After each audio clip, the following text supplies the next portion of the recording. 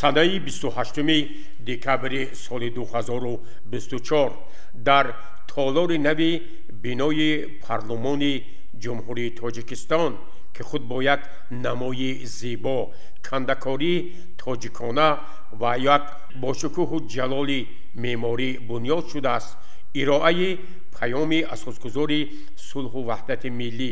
пешвои миллат, президенти ҷумҳурии Тоҷикистон муҳтарам Имомалӣ Раҳмон дар иҷлосаи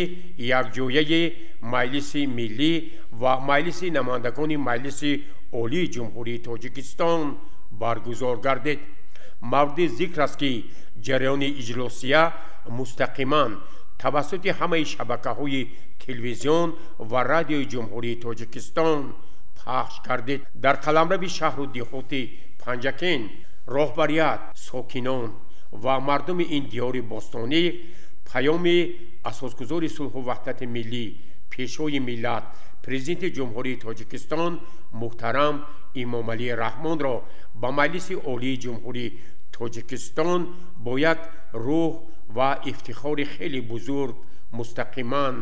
тамошо карданд. дар толори калони мақомоти иҷроияи маҳаллӣ, ҳокимияти давлатии шаҳри Панҷакен, ҳайати роҳбарӣ, кормандони масъули дастгоҳи раиси шаҳри Панҷакен, мудирони шӯъбаю бахшҳо, роҳбарони воҳидҳои сохтории мақомоти иҷроияи маҳаллӣ, ҳокимияти давлатии шаҳри Панҷакен, фаъолони соҳаҳои гуногун бо як ифтихор ва таваҷҷӯҳи хоса паёми навбатии асосгузори сулҳу ваҳдати миллӣ, пешвои миллат, президенти ҷумҳурии Тоҷикистон муҳтарам Имомалӣ Раҳмонро ки ба Маҷлиси Олии кишвар ироа намуда сиёсати дохилӣ ва хориҷии ҷумҳурии Тоҷикистонро мушаххасу муайян карданд, бо як таваҷҷӯҳи хоса гӯш карданд, тамошо карданд ва ҳамагон тасмим гирифтанд ки воқеан паёми навбатии пешвои миллати мо ин як барномаи роҳнамусоз барои ободонӣ ва пешрафти тамоми соҳаҳои иқтисоди миллии ҷумҳурии Тоҷикистон равона шудааст. гурӯҳҳои эҷодии телевизиони симои шаҳри Панҷакен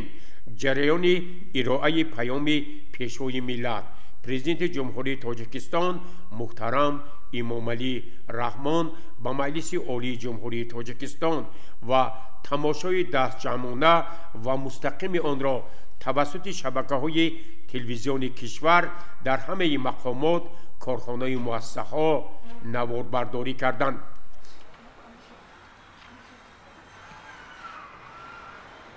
ҳайати роҳбарӣ ва кормандони прокуратураи шаҳри Панҷакен низ паёми пешвои муаззами миллатро бо як шавқи калон тамошо карданд. дар ин паём бори дигар ҷаноби олӣ ба фаъолияти мақомоти ҳифзи ҳуқуқ аз ҷумла прокуратура таваҷҷӯҳи махсус зоҳир намуда аз мардум даъват карданд ки ба волояти қонун ҳаматарафа эҳтиром гузоранд ва муборизаро бар зидди хатарҳои ҷаҳонӣ аз ҷумла терроризм ва экстремизм тақвият бахшанд. дар суди шаҳри Панҷакен низ паёми пешвои муаззами миллатро дастҷамона ва мустақим тавассути шабакаи телевизион тамошо намуда кормандони суди шаҳри Панҷакен аз ин паёми раҳнамусоз барои худ бисьёр маънои баланд бардоштанд ва онҳо низ тасмим гирифтанд ки дар заминаи дастуру супоришҳо ва нишондодҳои паёми пешвои муаззами миллат фаъолияти худро дар соли 2025 боз ҳам ҳадафнок мегардонанд. имрӯз дар бинои нав ва муҳташами Маҷлиси Олии Ҷумҳурии Тоҷикистон паёми асосгузори сулҳу ваҳдати миллӣ, пешвои миллат, президенти ҷумҳурии Тоҷикистон муҳтарам Имомалӣ Раҳмон ба Маҷлиси Олии Ҷумҳурии Тоҷикистон ва мардуми шарифи Тоҷикистон ироа карда шуд. дар паём дастовардҳои дар тӯли соли сипаришаванда ба даст омада мавриди зикр қарор дода шуда, вазифаҳо барои солҳои оянда мушаххас карда шуд ва самтҳои асосии сиёсати хориҷӣ ва дохилии ҷумҳурии Тоҷикистон мавриди таҳлил ва баррасии амиқ қарор дода шуд. суди шаҳри Панҷакен чун қисми таркибии ҳокимияти судӣ паёми мазкурро мавриди сармашқи худ қарор дода вобаста ба иҷрои он нақшаи кории худро тартиб медиҳад ва баҳри дар амал татбиқ намудани бандҳои асосии ин паём фаъолияти худро ба роҳ мемонад. кормандони беморхонаи кӯдакони шаҳри Панҷакен низ паёми пешвои муаззами миллатро бо як шавқи хоса мустақиман тамошо карданд, зеро пешвои миллат президенти ҷумҳурии Тоҷикистон муҳтарам Эмомалӣ Раҳмон зимни паёми навбатии хиш бори дигар таъкид карданд ки давлату ҳукумати ҷумҳурии Тоҷикистон ба рушди соҳаи тандурустӣ ва ҳифзи сиҳати мардум аҳамияти басо калон дода ҳар сол маблағгузорӣ ба ин соҳа зиёд мешавад. кормандони шӯъбаи ҳифзи муҳити зисти шаҳри Панҷакен низ паёми пешвои муаззами миллат президенти ҷумҳурии Тоҷикистон муҳтарам Эмомалӣ Раҳмонро ҳаматарафа ва бо як шавқу ифтихор тамошо карданд. онҳо низ барои татбиқи нишондодҳои паёми пешвои миллат дар соли 2025 тасмим гирифтанд ки дар самти ҳифзи муҳити зист ки ҷаноби олӣ пайваста дар ин бора таъкид мекунанд ҷаҳду талошҳои хишро равона месозанд.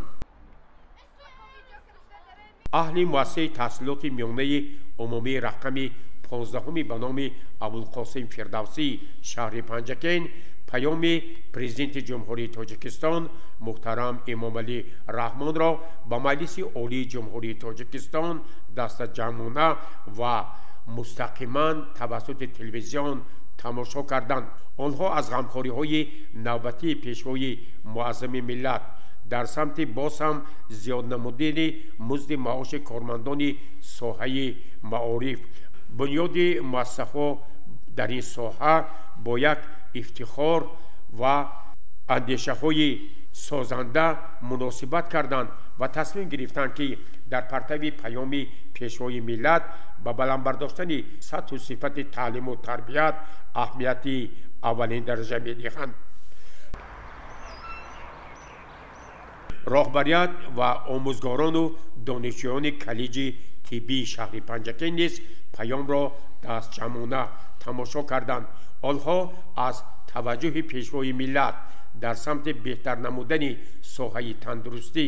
омода кардани мутахассисони воқеан барои ҷомеа зарурӣ дар ин соҳа таваҷҷӯҳ зоҳир карданд ва дастуру супоришҳои хишро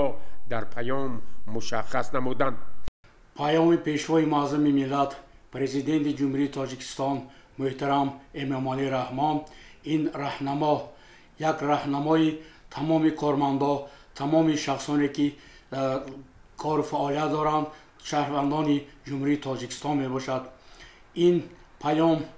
як дастурамалӣ сари мизии мо мебошад ки дар тамоми фаъолияти кори мо аз ҳамин паём бархурдор шуда дар ҳамин асос кору фаъолият менамоем.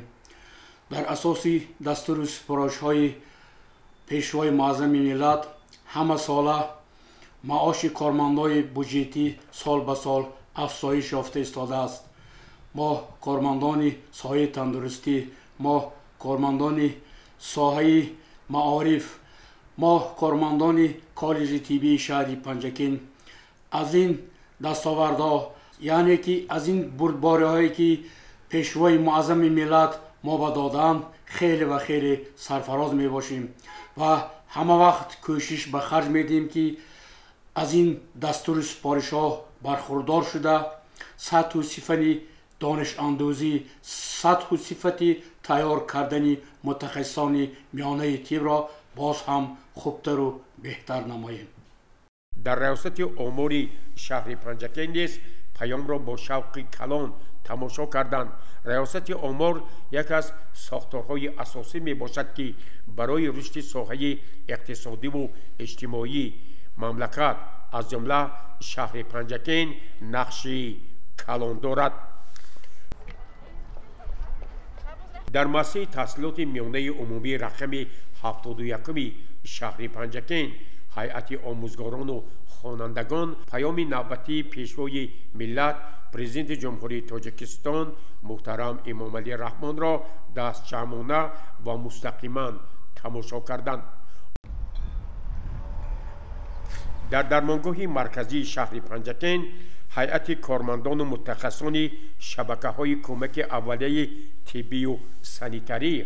پیام پرزیدنت جمهوری تاجیکستان محترم امامعلی رحمان را به مجلس عالی کشور مستقیما تماشا کرده از توجه و غمخوری‌های پیشوای ملت تاجیکان نسبت به ساحه تندرستی خیلی فرحمند گردیدند و در زمینه این پیام آنها نیز تصمیم گرفتند که در سال 2025 برای صفتاً بهتر نمودن خدمت رسانی طبی به اهالی تدبیرهای مشخص را عملی می‌سازند. در تولدخانه مرکزی شهر پنجکن نیز پیام پیشوای ملت پرزیدنت جمهوری تاجیکستان را مستقیمانه و با یک افتخار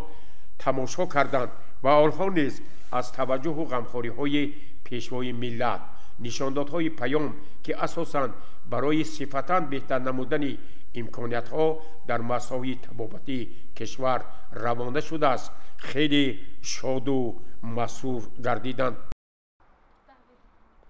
در خدمات آتش نشانی شهر پنجکن نیز پیام اساسگذار صلح و وحدت ملی پیشوای ملت پرزیدنت جمهوری تاجیکستان محترم امامعلی رحمان را دستجمعانه و مستقیما توسط شبکه تلویزیون تماشا کردند.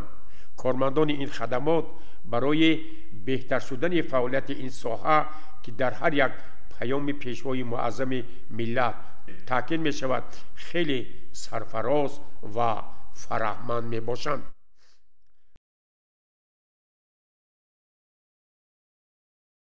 کارمندان شرکت صدا و سیمای شهر پنجکن یکجا با کارمندان بخش فرهنگ شهر پنجکن پیام نوبتی پیشوای معظم ملت پرزیدنت جمهوری تاجیکستان محترم امامعلی رحمان را دستجمعانه تماشا کردند. تاکید شد که در اساس نشاندادهای پیام پیشوای معظم ملت در سال 2025 برای باز هم بهتر نمودن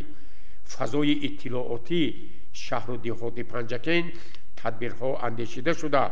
از طرف بخش فرهنگی شهر پنجکن در سمت تعمیر و ازنوسازی بنیاد مؤسسه‌های فرهنگی تدبیرهای ضروری اندیشیده می شود. هیئت استادان، آموزگاران و دانشجویان دانشکده آموزگاری تاجیکستان در شهر پنجکن پیام پرزیدنت جمهوری تاجیکستان محترم امامعلی رحمان را دستجمعانه و مستقیما در تالار کاخی به نام استاد لایق شیرعلی تماشا کردند. مورد ذکر است که از طرف رهبریت دانشکده آموزگاری تاجیکستان در شهر پنجکن هر سال با مقصد تطبیق نشاندادهای پیام اساسگذار صلح و وحدت ملی پیشوای ملت پرزیدنت جمهوری تاجیکستان محترم امامعلی رحمان تدبیرهای زیادی عملی می شود.